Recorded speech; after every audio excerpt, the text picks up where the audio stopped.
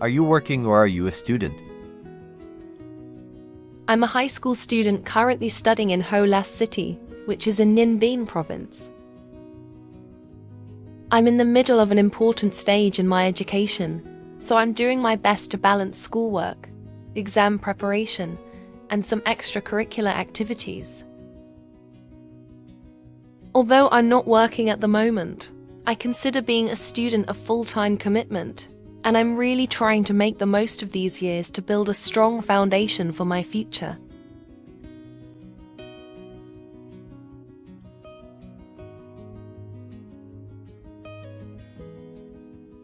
Do you like your studying? Yes, I do enjoy my studies, especially when it comes to subjects that I'm passionate about, like English and literature. I find it fascinating to explore new ideas and express my thoughts through writing and speaking. Of course, studying can be stressful at times, especially with upcoming exams and a heavy workload. But I try to stay motivated by setting goals and reminding myself why education is important. Overall, I believe that studying is not just about getting good grades, but also about developing myself and preparing for the future.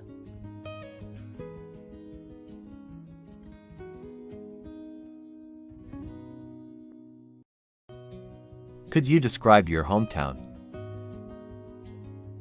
Sure, I'm from Ho Las, a small but beautiful city located in Ninh Binh province in the north of Vietnam. My hometown is well known for its rich history, as it used to be the ancient capital of Vietnam.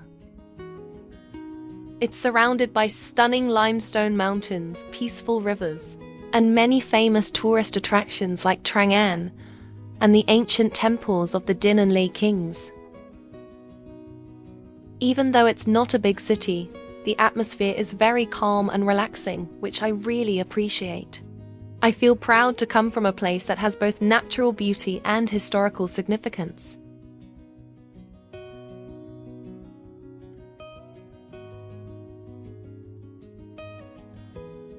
Do you often feel bored? Not very often, to be honest.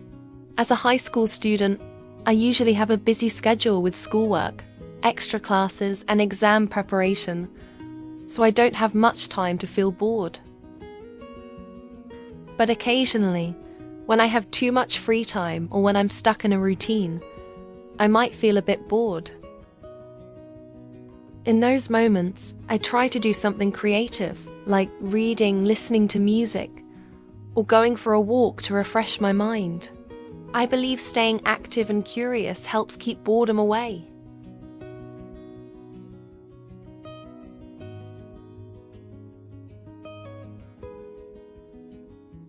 When do you feel bored? I usually feel bored when I have to do something repetitive or uninteresting for a long time, like waiting in a queue or sitting through a lesson that doesn't really capture my attention. Sometimes, during long school holidays when I don't have anything planned, I also start to feel bored. I think boredom often comes when my mind isn't being challenged or engaged. That's why I try to stay active by reading, learning something new, or spending time with friends whenever I can.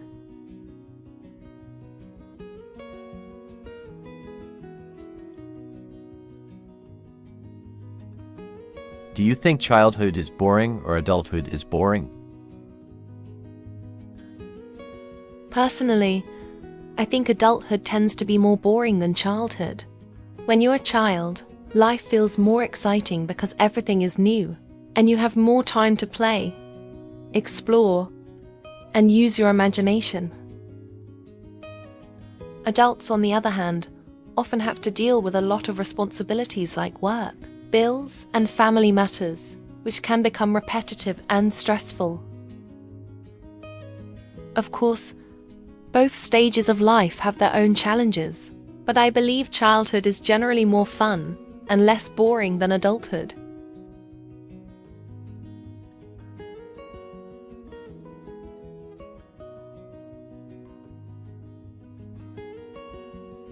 Who is your favorite celebrity in your country?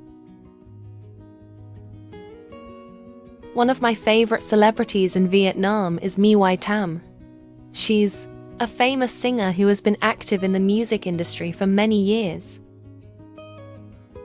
What I admire most about her is not just her amazing voice, but also her personality. She's kind, down to earth, and very dedicated to her career. I've watched many of her live performances and interviews, and she always comes across as sincere and humble. Besides her talent, I think she's a great role model for young people in Vietnam because of her hard work and positive attitude.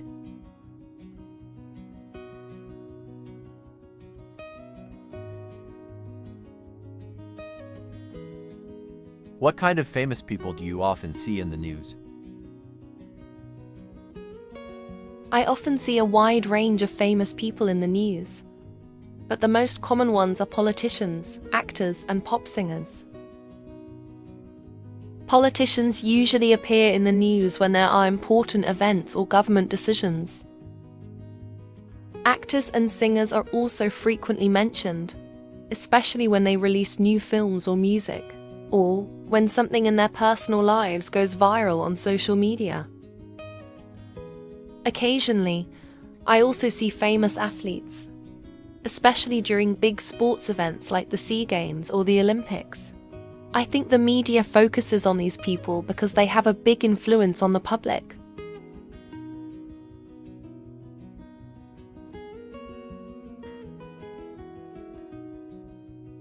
Do you think that news about famous people is always true? Not always. I think some news about famous people is true, especially when it comes from reliable sources like official newspapers or trusted news websites. However, there's also a lot of fake news and rumors, especially on social media, where people can spread information without checking the facts. Sometimes, stories are exaggerated just to attract attention or gain more views. That's why I believe we should be careful and not believe everything we see or hear about celebrities, unless it's confirmed by a trustworthy source.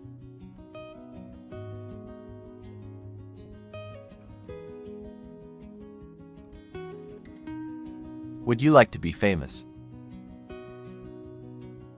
To be honest, I don't think I would like to be famous. While being well known might bring popularity, money, or special opportunities, I feel that it also comes with a lot of pressure and a lack of privacy. Famous people are often judged by the public and the media, and even small mistakes can be turned into big scandals. Personally, I'd prefer to live a peaceful and meaningful life, surrounded by close friends and family, rather than being in the spotlight all the time.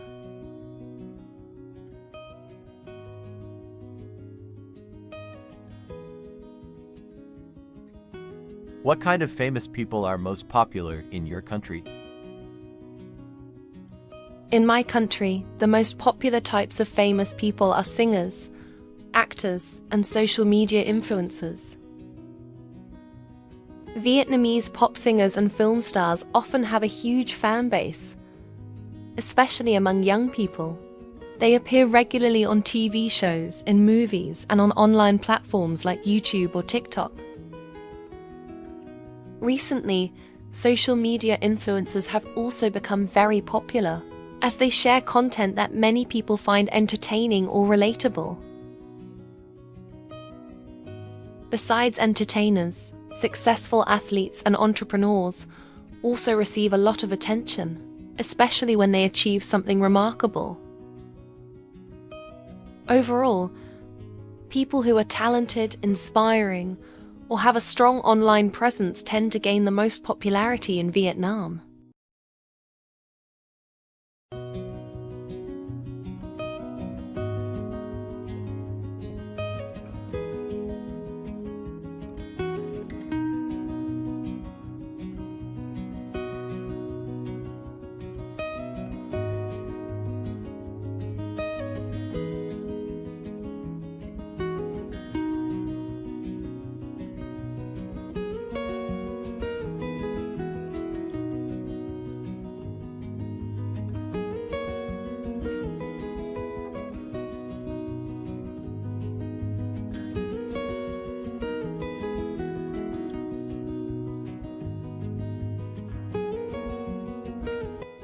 One time that I clearly remember was during my final exam week last year. I was studying at home in the evening, trying to concentrate on revising for my math test. Suddenly, a group of neighbors started throwing a loud birthday party just a few houses away from mine. They were playing music at full volume, shouting, laughing, and even singing karaoke.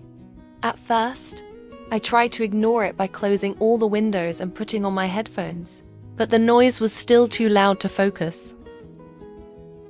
After struggling for a while, I asked my parents if they could kindly talk to the neighbors. Luckily, they understood and turned the volume down a bit. Honestly, I felt a bit annoyed and frustrated because I really needed quiet to focus. I understood they were celebrating and having fun, but I also wished they had considered the people around them, especially during exam season. That experience reminded me how important it is to be mindful of others, especially in a shared living environment.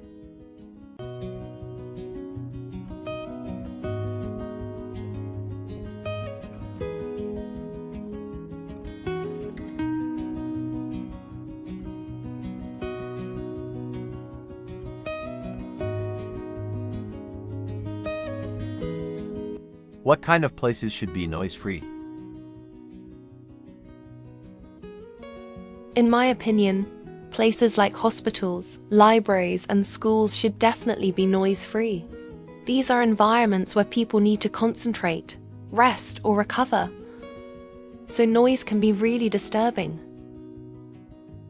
For example, patients in hospitals need a quiet space to heal, and students in schools or libraries need silence to focus on studying. I also think places like temples or pagodas should remain quiet, as they are spiritual and meant for reflection or prayer.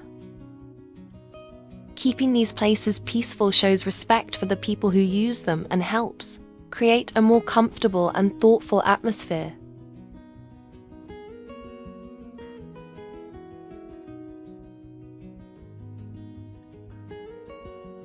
Do you think it's easy to access those places in your country? Yes, I think it's fairly easy to access places like hospitals, schools, and temples in most parts of my country. In cities and towns, these places are usually well located and connected by public transportation, so people can get there without much difficulty. Even in rural areas, although facilities might not be as modern, people can still reach them by motorbike or local buses.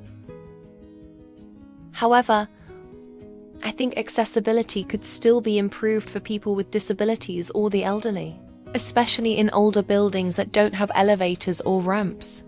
Overall, access is quite good, but there's still room for improvement.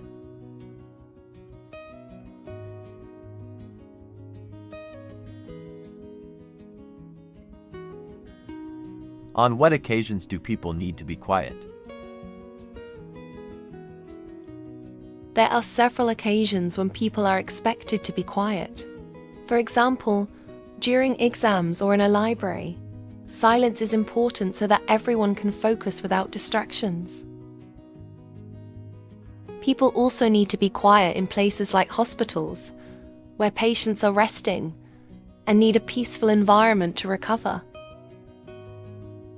Another occasion is during religious ceremonies or when visiting temples or pagodas, where silence shows respect. Even in daily life, there are moments like funerals or serious conversations when being quiet is appropriate. I think knowing when to stay silent is a sign of good manners and emotional intelligence.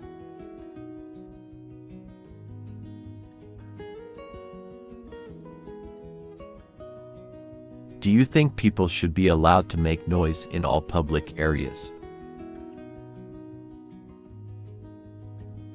I don't think people should be allowed to make noise in all public areas.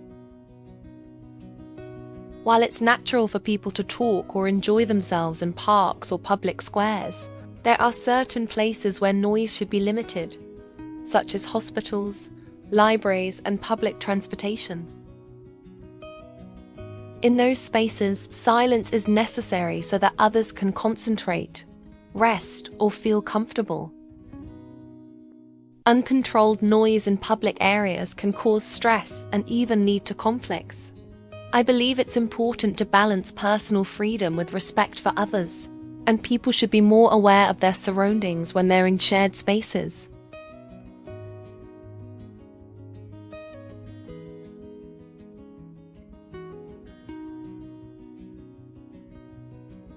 How do people usually react if other people are making excessive noise? It depends on the situation and the people involved. But in general, if someone is making excessive noise, others may react in different ways. Some people might try to ignore it, especially if it's a short-term disturbance, like someone talking loudly on the phone.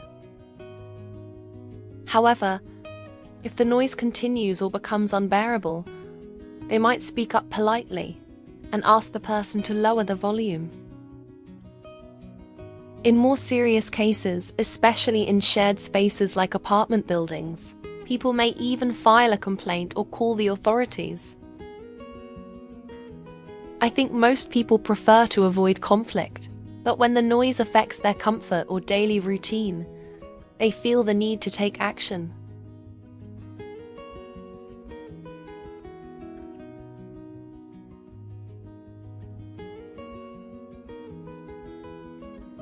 Why can't people make noise in libraries or museums? People are expected to stay quiet in libraries and museums because these places are meant for concentration, learning, and reflection. In libraries, people are usually reading, studying, or doing research, so noise would be distracting and make it hard for them to focus. Museums are similar in the sense that visitors go there to observe, appreciate, and learn about history, culture, or art in a calm environment. Making noise in such places can disturb others and show a lack of respect. I believe silence in these settings helps create a peaceful and respectful atmosphere for everyone.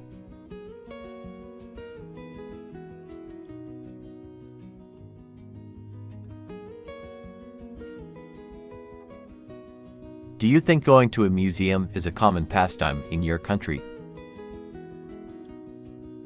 To be honest, I don't think going to a museum is a very common pastime in my country, especially among young people. While there are many museums in Vietnam with valuable historical and cultural artifacts, most people, particularly students, don't visit them often unless it's part of a school trip. Many young people prefer going to cafes, shopping malls, or spending time online. I think museums are sometimes seen as boring or old-fashioned. However, I believe if museums were made more interactive and modern, they could attract more visitors and become a more popular leisure activity.